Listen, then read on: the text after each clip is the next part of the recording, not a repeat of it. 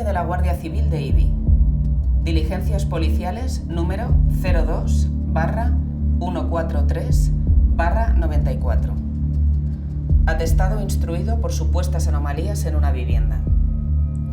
A las 11:15 horas del martes 21 de junio de 1994, se persona en estas dependencias quien acredita ser don Vicente Arlandiz Ruiz.